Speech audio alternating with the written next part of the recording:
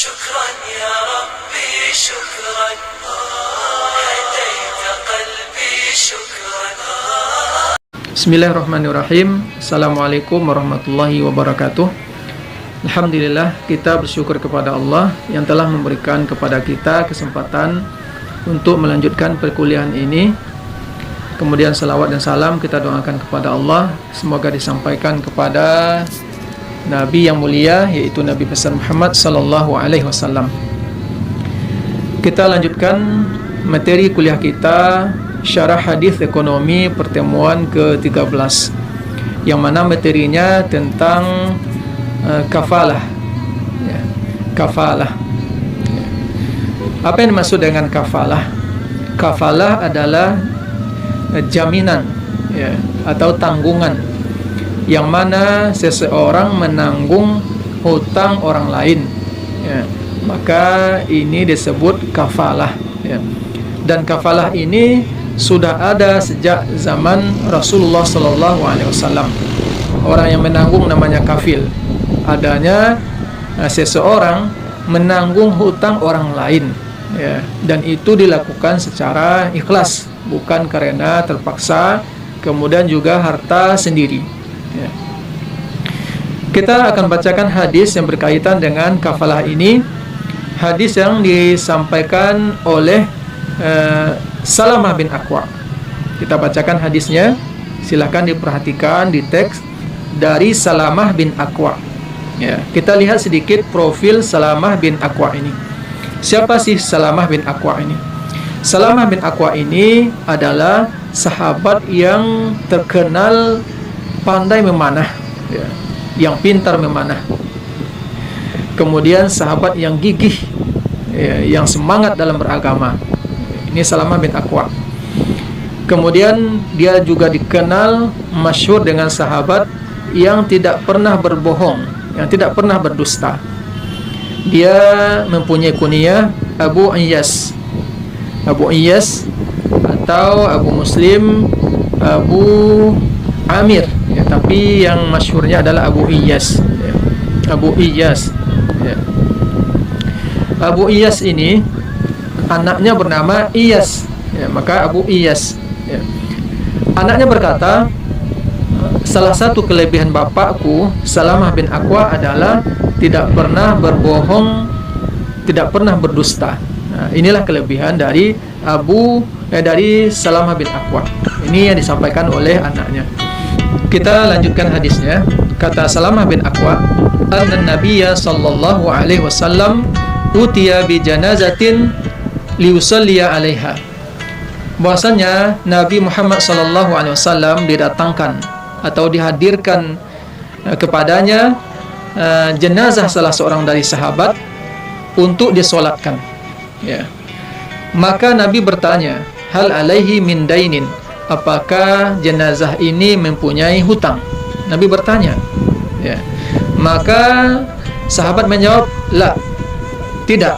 Fasalla alaih, maka Nabi mensolatkannya. Thumma utiya bi janazatin ukhra. Tidak lama kemudian Nabi didatangkan kembali, dihadirkan kembali jenazah untuk disolatkan. Faqala, maka Nabi bertanya seperti semula, hal alaihi min dainin, apakah sahabat ini, apakah jenazah ini mempunyai hutang? Maka sahabat menjawab, na'am, iya. Maka Nabi berkata ketika itu, sallu ala sahibikum, solatkanlah oleh kalian. Solatkanlah oleh kalian. Nabi di sini tidak mau mensolatkan, Nabi tidak mau melakukan solat jenazah. Kenapa? Karena tadi ada hutangnya. Jadi solat jenazah ini fardu ain, fardu kifayah. Solat jenazah ini fardu kifayah yang seharusnya dilakukan oleh Nabi Muhammad sallallahu alaihi wasallam. Akan tetapi Nabi tidak mau mensolatkan. Kenapa? Karena tadi ada hutang. Ketika Nabi bertanya, apakah jenazah ini mempunyai hutang? Sahabat menjawab, na'am, iya. Maka Nabi berkata, fasallu ala sahibikum, solatkanlah oleh kalian. Nabi tidak mau mensolatkan. Tatkala terjadi sebuah peristiwa yang menegangkan, maka berkatalah salah seorang sahabat yang bernama Abu Qatadah. Qala Abu Qatadah, Apa kata Abu Qatadah? Alayya dainuhu ya Rasulullah. Sayalah yang menanggung hutangnya wahai Rasulullah. Ya. Saya menanggung hutangnya wahai Rasulullah. Ya. Kata Abu Qatadah. Ya. Maka Nabi mensolatkannya. Wa shalla alaih. Maka Nabi mensolatkan jenazah tersebut. Ya. Teman-teman, sahabat hidup berbagi, nih mahasiswa khususnya, dari hadis yang kita bacakan tadi ada kata-kata di sana jaminan. Ya. Mana? Alayya dainuhu ya Rasulullah. Saya yang menanggung hutangnya. Ini adalah kafalah. Ya. Sudah ada sejak zaman Nabi Muhammad sallallahu alaihi wasallam. Ya. Alayya dainuhu. Sayalah yang menanggung hutangnya. Ya. Ini bukti bahwasanya akad kafalah sudah ada sejak zaman Rasulullah, sejak zaman Nabi Muhammad SAW. Sekiranya tidak boleh akad kafalah ini, tentu Nabi melarang. Tidak bisa engkau menggantikannya, tidak bisa engkau menjamin, tidak bisa engkau menanggung hutang mayat tersebut. Akan tetapi ini boleh, maka Nabi mensolatkan. Ya, berarti boleh bagi kita untuk melakukan kafalah, ya, transaksi kafalah atau akad kafalah. Ya. Dan akad kafalah ini sudah tersebar di perbankan dan ada juga di instansi-instansi lain. Ya.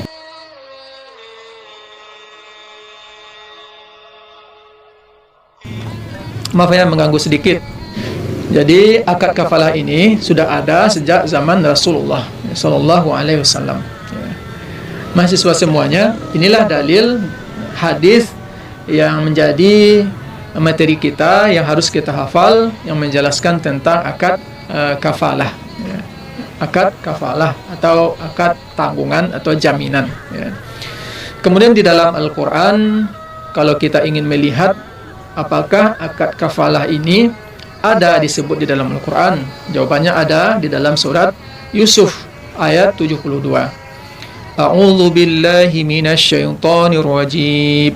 Bismillahirrahmanirrahim. Qalu nafqidu suwa'al maliki wa liman jaa'a bihi himlu ba'ir. وَلِمَنْ جَاءَ بِهِ حِمْلُ بَعِيرٍ وَأَنَا بِهِ زَعِيمٌ. Tatkala penyeru-penyeru raja, penyeru-penyeru istana berkata, kami kehilangan piala raja. Ya, piala raja, maka bagi siapa yang bisa menemukannya, maka kami akan berikan imbalan yang berat, imbalan yang besar, ya, imbalan yang berharga. Ya. Kemudian wa ana bihi za'im, dan saya yang menanggungnya. Nah, ini ada kata-kata wa ana bihi za'im, dan sayalah yang menanggungnya. Ya. Maka dari kalimat ini ulama fikih mengambil dalil bahwasanya akad kafalah itu ada dalilnya baik di dalam Al-Quran ataupun sunnah. Ya, ataupun hadis. Ya. Hadis sudah kita bacakan tadi yang disampaikan oleh Salamah bin Aqwa, dan ayat barusan dalam surat Yusuf ayat 72. Itulah dalil-dalil yang menjelaskan tentang kafalah. Jadi kafalah ini bukan hanya dibuat oleh generasi atau umat masa sekarang, umat zaman mutaakhir, zaman akhir ini, tetapi kafalah ini sudah ada sejak zaman dahulunya, sudah ada. Ya. Ini buktinya yang terjadi di zaman Rasulullah, dan juga kisah yang dibacakan di dalam surat Yusuf ayat 72. Ya, mungkin itu yang dapat kita sampaikan pada pertemuan kali ini.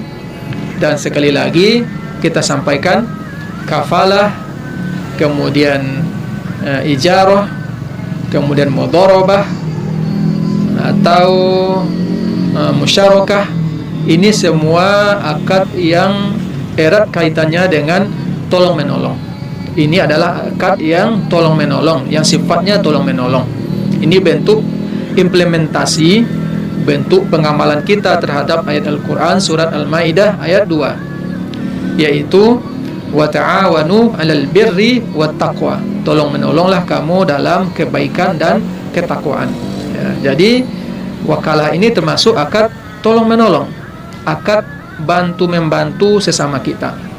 Tatkala ada saudara kita yang mempunyai hutang, kemudian ada di antara kita yang mempunyai kemampuan uang berlebih, maka boleh kita menanggungnya.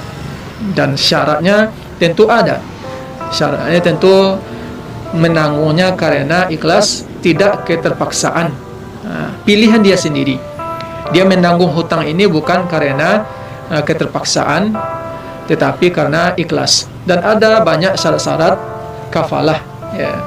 Dan ini tentu lebih mendalam lagi dibahas di fikih muamalah di bagian kafalah, ya. Yang mana nanti ada syarat-syarat bagi kafil, ya, bagi orang yang menanggung, dan juga bagi orang yang menagih hutang, ya, bagi orang yang mempiutangkan, bagi orang yang memberi piutang. Ada syarat-syaratnya, nanti lebih lengkapnya bisa dibahas di pelajaran fikih muamalah. Sementara kita hari ini membahas tentang hadis dalil-dalil yang berkaitan dengan muamalah. Inilah hadis yang menjadi materi kita, mudah-mudahan bisa dihafal. Assalamualaikum warahmatullahi wabarakatuh.